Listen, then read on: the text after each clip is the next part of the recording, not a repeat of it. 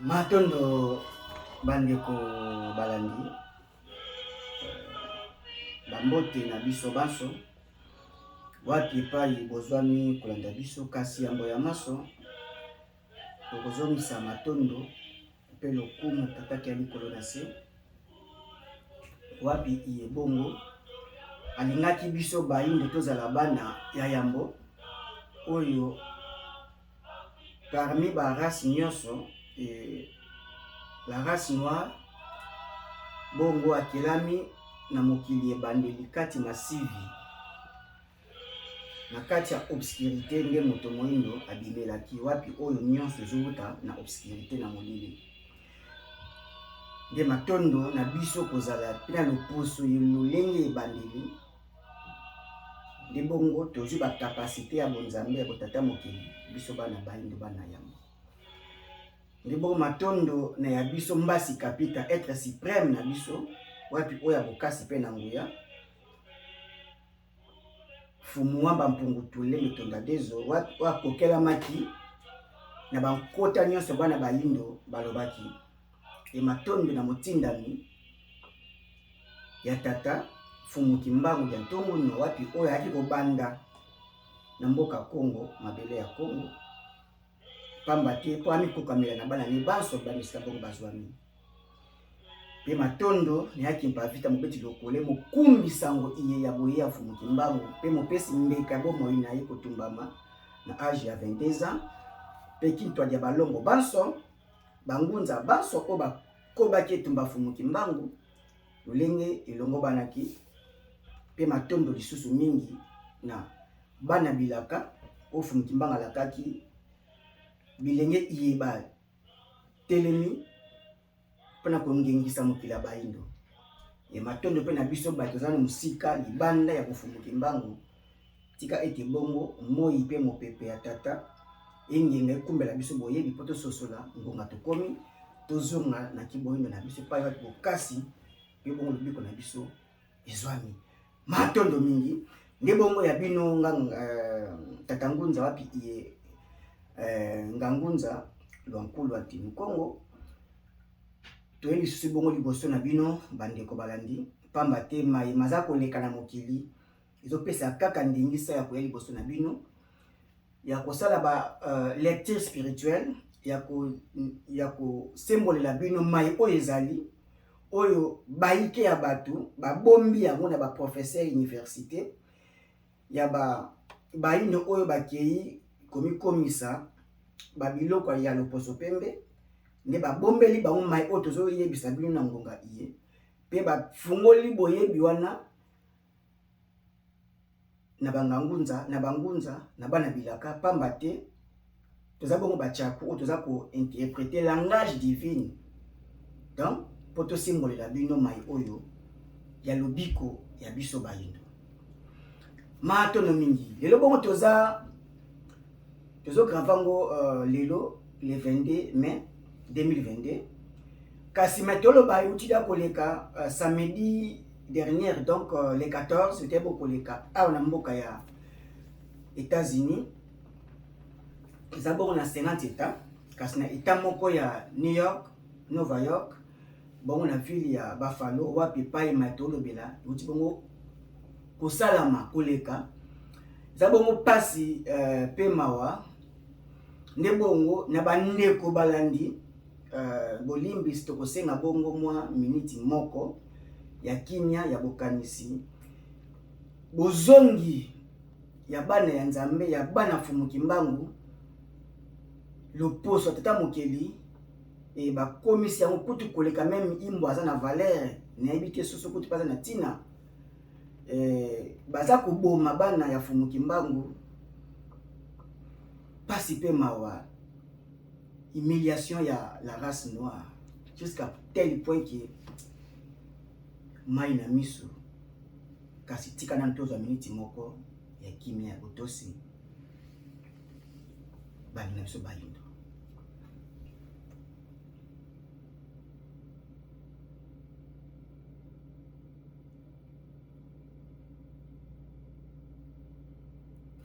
matondo mingi na banzi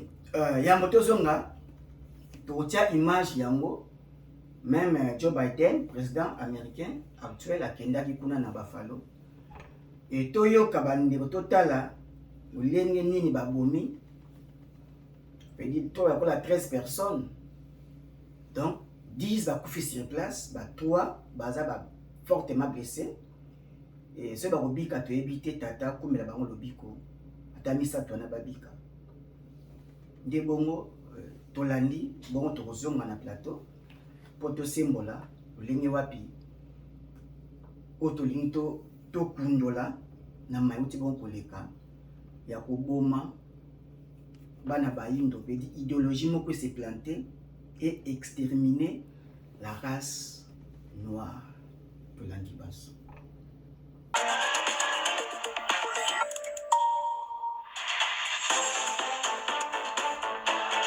Bienvenue dans le débat sur France 24. On va revenir sur l'attentat raciste commis à Buffalo, dans l'État de New York, aux États-Unis. Attaque qui a fait 10 morts et 3 blessés samedi dans un supermarché de la chaîne Tops d'un quartier afro-américain de la ville. L'auteur de l'attaque est un suprémaciste blanc de 18 ans. Il était armé d'un fusil automatique. Avant le massacre, il a publié un manifeste raciste de 180 pages où il se définit comme fasciste, raciste, antisémite et il se réclame de la théorie complotiste du grand remplacement. Il indique aussi s'inspirer du massacre perpétré par un suprémaciste blanc qui avait tué 9 personnes dans une église du quartier noir de Charleston en 2015. Joe Biden est sur place, il est à Buffalo où il a pris la parole pour dénoncer la tuerie raciste qui est du terrorisme, a dit le président américain. Le suprémacisme blanc est un poison, a-t-il ajouté. Il est accompagné de son épouse Jill et il a rencontré également des survivants. Alors que représente la théorie du suprémacisme blanc aux États-Unis? Cette attaque raciste ouvre-t-elle une nouvelle fois le débat sur la vente d'armes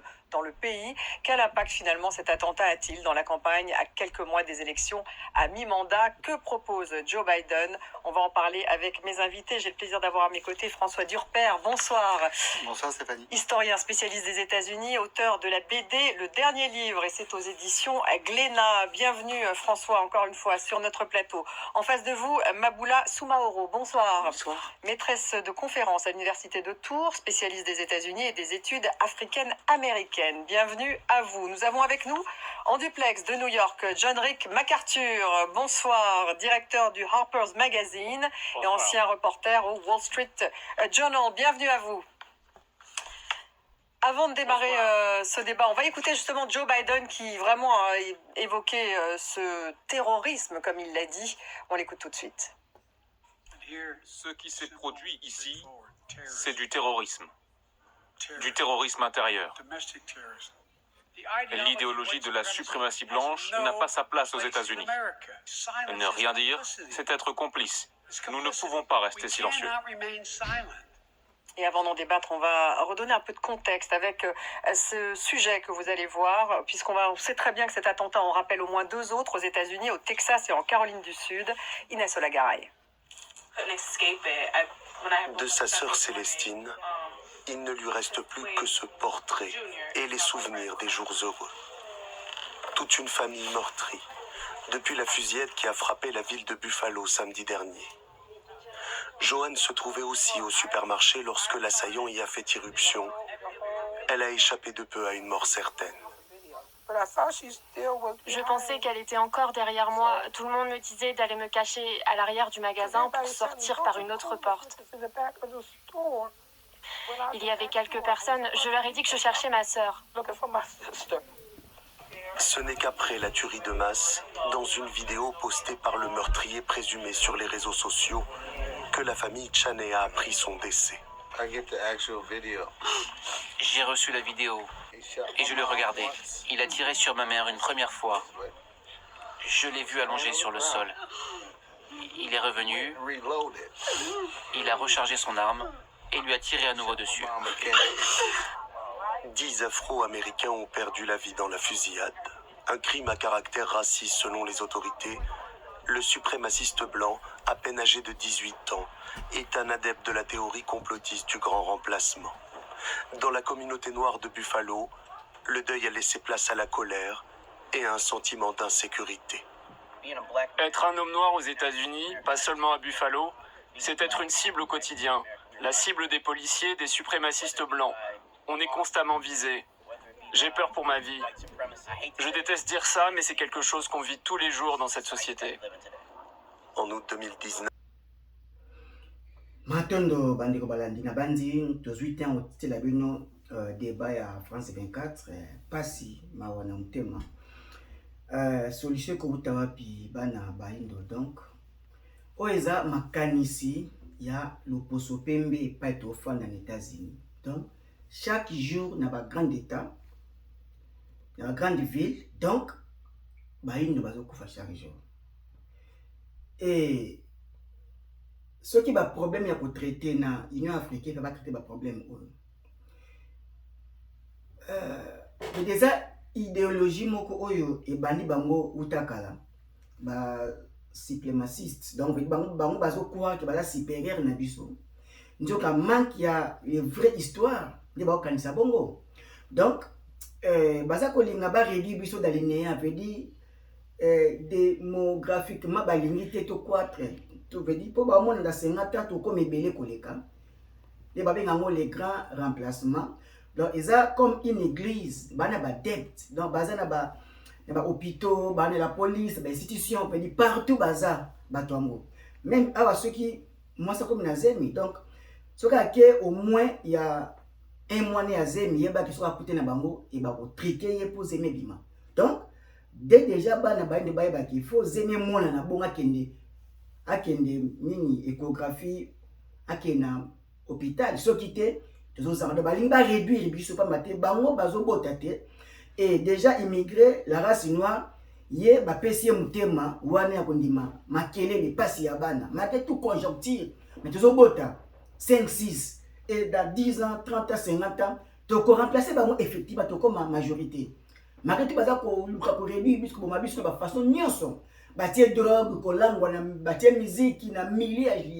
ya ba noir na beta o ba noir baza mingi na milieu o veut ba tiki drogue ba tiki liberté moko wana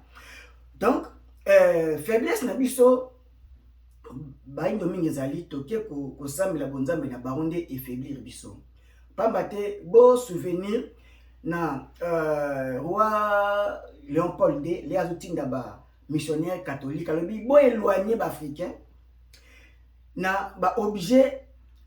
ancestral na bango oyo ekoki ko procurer bango force ba affronter biso donc il faut moyindo ayebake il faut na azongisa bonzambe bakoko la connaissance ancestrale ezonga ye pedi bofumuki mbangu ezonga kati ya moyindo et ba objet sacré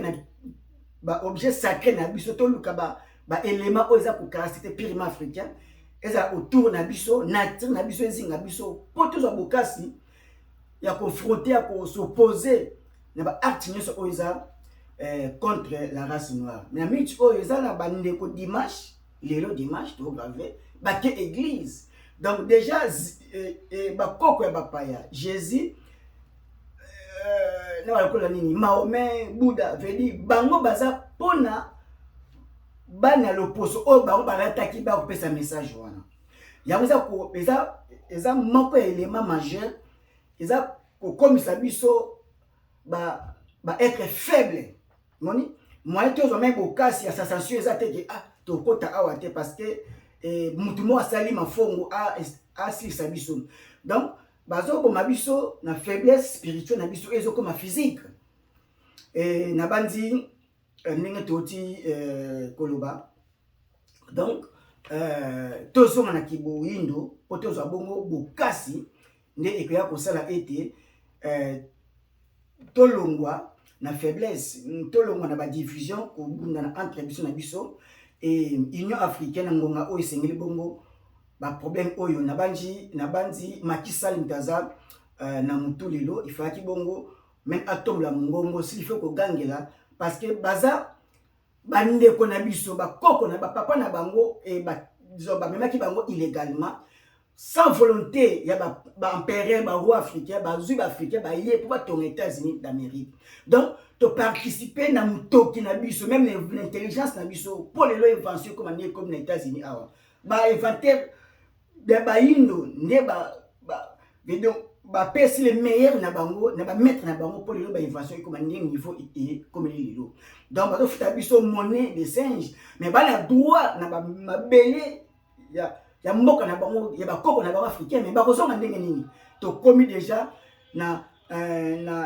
cartographie ya conférence de Berlin. Il faut toboma ba frontière voilà pour permettre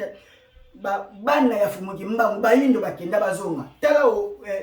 disons interview ya suka ya Levin Rowen ndenga lobi abi naza na insécurité toza cible ya ba policier ya ba suprémaciste blanc os ba moni biso fo ba exterminer biso fo ba boma biso donc azolela azobanga bo moyi na ye mais jeune moins de 30 ans moi akosala na okende wapi donc akovivre na sécurité sans en Afrique. Mais les dirigeants africains, qui na loge na Rose Croix, na bonzambe nyonso ya bapaya, et ça qui est kangi bango makanisme, mais bango na problème ba traiter ça parce que nzambe o atinda bayindo, o alinga bayindo bazala. Fumuki mbango pas est-ce que ça ne sert pas pour makabani chaque jour. Nana ko bikisa bayindo, na ko problème na bayindo. Et bazui donc ba pesi ba dirigeants africains bo kamba bayindo. Mais il faut bo ça la race noire, bon c'est l'Afrique. Mon Afrique on yokama libanda continent na ye pasi wana eke le type nzambe pas baté africain wana za na bonzambe kati na to le azolela mais abotem na race o ya singité mais insécurité raciale moni donc azo vivre vie moko ya kobanga chaque jour mais il faut vivre parce que ba type Afrique pauvreté ba type Afrique désordre le pays christianisme aussi makasi en Afrique donc ngongé koki yozui don ya politique yeba ki la race moza libanda bana fungi mafu bazo en Afrique bosa makasi Afrique bomo comme bomoko vrai union africaine ezala et bo défendre la race noire pas bon bozali pas matso botiki race noire ba osisa bana fungi mbangu partout bozali ba kotika ba bipoka et ba osisa batu makasi Afrique ba scientifique africain veut dire si plan il y a bourse nanu il y a chaque jour et obaya a sous bazo boma sous bango to suka wapi ngonga ekoki to bimana bonzambe ya bapaya pamba tito zonga na kiboyi na religion africaine futuka fumu kimbango na gemba ya bapaya to zonga yo mama papa ndeko mobali muninga yo oyeka mingi te awa 20 à 30 à 50 même il no yé même un mois kaka yo yé bato baya avant babotama awa baza ba nationaux soit disant tane bazo ko sala ba donc ko se kapaleto obengama na kombo ya ba état oyo yo komisio ki de New York o komisio ki kombo ni te oza identité nzamba pesi biso c'est la race noire donc race noire en réalité ko ko visa te pas en Afrique dès que ba moni na ko fa koti c'est pas ça na droit ya na mabele ba koko na ye donc eza ba loi ya occident o atangisi ba dirigeant na biso ne ekangi biso de photo bima na éducation de bakamo occidentale les premières signes na kingo pas seulement na mawana kanda to suka hapi na makambo et la race noire a vivre qui a vivre na bolam ndenge nini chaque jour race noire ça na ba stress je dis donc azobi kate donc comme si ayaki bonyoka na mukili oyo mais ba pesi bino ba dépose ba problème. Sans ça l'idée, il faut que le problème est que pouvoir politique, même pouvoir spirituel, même pouvoir scientifique, il y a un pouvoir politique. Et mon époque, Tobi Matosa Makambo, Oelingi, Tata Mokeli, Balo, Batriakango, Nana, si plan spirituel na bino, na conformité, inspiration à bloc spirituel na bino, Bozu, Loi, Oyo, et Kotia, Baïno, na Kimia. Toye ba été mukile qui n'a pas changé élection et les cas qui Marie Le Pen a ça pour mettre en cause à lui il faut balongola automatisation ya comme moi na abotami na France comme français il faut balongola ngo moni donc eza eloko oyo africain moyindo o abotami na coin du monde aza africain aza moyindo akokoma te na ko akokoma te na droit ya nation wana et pas yé ake ko botamela te il faut ba loi etiama et que l'homme noir a botami na coin du monde aza africain aza moyindo mboka des Afrique donc dès que zonga aza na droit ya visa te fa zonga et ba il faut ba zonga race monte bima izonga te et na histoire ya humanité mboka otoza ba mérindien ba exterminer bango la race noire pe plein wana ezali Moi nde ba virus et ça la nyos wana mafongo ba gagner ça la en cachette en secret pour la race noire et la plus grande complice ce sont les politiciens. Moi nde biso n'était une religion, tu as ko dénoncer pambaté peuple assez à téléma à lamuka pour à s'opposer à contendre ba déjà politique bazona na raison babima na connaissance ya l'Occident bazona butamba ya bakoko po babikisa Afrique na banzi tozima ngonga kasi na tina bongo to simple makanisi oyo pamate lobi lisusu baboma africain ba africain les aki bango ezalanga ye kuna biso alors toza na insécurité na mikila bapaya donc soso na tribunal ya bampesi ya kosamba te et pour na tribunal banya wa kosamba na ete moni donc pana droit kaka moko esinye bongo tozo na mokili na biso tout ko sala na mokili bapaya eza échec faut tozo na mokili na biso pe na mokili na biso o bazawana balwa na skonde kangi bango faut balwa wana ezonga belito ba fwena balango na éducation na religion na politique ya l'Occident belito longola yango et to restaurer ba nouvelle base nouvelle société na biso ezonga na bokamba mule ba yindo bakamba baki na toute liberté na biso moko ba yindo na banzi nyoso ezali e bana molili makanisi na yeza na molili donc la race noire c'est bandeli et mutaosilisa la race noire ezalaki ata tikali moindo moko moindo wana akose multiplier ba yindo bazo musele donc tozwa précaution mokili complot ezali na ba race nyonso mutakolinga la race noire azate mais bakenda même chinois aza ko mépriser la race noire même arabe quand on a continent Afrique yemopé barabe na baya illégal en Afrique sans bayeba baya illégal mais baza maltraité africain na mboka na continent na mabele na ye Libye actuel pena bazui un islamisé bakangiye basenga mbongo na famille na ye vendredi ye ba sambela ka nzambe moko na mutu akangiye na arabe donc inacceptable pe mutu ngo batiki na Libye afuti caution asali manœuvre akatisi aye n'est-ce pas na ye France azaka na religion islamique kaka donc kibonyama moto moyindo vedi ba chose te moyindo eleki makasi il a vu ba traité par rapport ya le poso mais ye ba christianiser vedi moto atikeli yo religion éducation abomi génération ya makasi koleka ye bo ba imam ba pasteur ba plus danger koleka même bombe nucléaire pour baza ko kanga singa mo spirituel na bande na biso ba indo o ba ko kaka ko fungola ka yango te donc ba kanga ba indo ba singa ba mema bango na maître na bango o aza bongo étranger mungunya ngonge koki mwana moindo okozwa pongi te soki makambo oyo oyebi yango te bofumuki mbangu boindo ezo makati na biso to ya suko tanga loi de la création ici kuna simono anza pamba te to koma bomoko na bakoko na biso la seule race oyo méprisaka finga bakoko ni kaka la race noire ba le poso mosusu bazo nourrir bakoko na bango na ba eve batiki batomboli bakoko na bango ne bakomba bakoko na bango langa bakoko na bango même moyi naza ko mépriser na langa e bakoko na ye komba bakoko na ye pe ayebi te ke nyonso oyo ya kutani nango za héritage ancestral bakoko na ye et to ça nini ya sika soki eza ya kalaka te mutu toza ko faire actualiser yango ko développer yango ngonga ekoki bana bayindo fumuki mbangu mobikisa bayindo ayaki pona biso bandi bontolika eza responsabilité ya biso sikoyo to s'accaparer to ya malobiko na biso po to bikisa génération future na biso soki te bana le poso pembe ba continuer ko dominer bana na biso donc ekoki mabele wana eleki mabele biso na kita balingi yango bazwa yango ba continuer ko konza Afrique l'éternité et donc ekoki Congo yozwi devoir ya éveiller baleki lo bayindo batikali na bandi nyonso sama mkolo moko te pe nyonso sama mkolo moko te to sukisi ana komba fumuki mbangu ya kipavita baloko mpe bakoko yo moyindo telema la muka faut essayer de passer tout ngiso pa pante aux ana foi o le poso pe ba kumba na Afrique o ya ba kumba na Afrique o pe asiatique kumba na Afrique s'il faut zonga